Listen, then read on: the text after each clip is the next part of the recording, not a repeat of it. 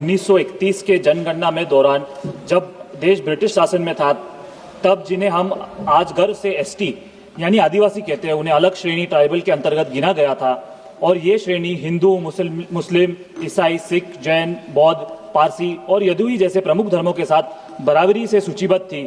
उस जनगणना में 82,50,000 से ज्यादा आदिवासियों को अलग दर्जा दिया गया था और साथ ही ये भी कहा गया था कि आदिवासियों की विशिष्ट सामाजिक, सांस्कृतिक, आध्यात्मिक पहचान किसी अन्य संगठित धर्म के साथ समाहित नहीं होती है।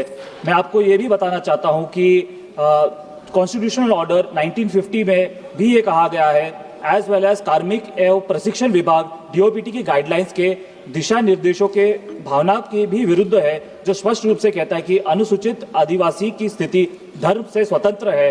मैं आपको याद दिलाना चाहता हूं कि in the 2011 Ram Ratan case, the Supreme Court noted that the scheduled tribe in Madhya Pradesh, like the Gonds, have distinct customary and religious practices. Their customary laws govern their social life and not the codified laws. In 2020 also, the Supreme Court made an observation regarding separate Sarna religious code for the Adivasis.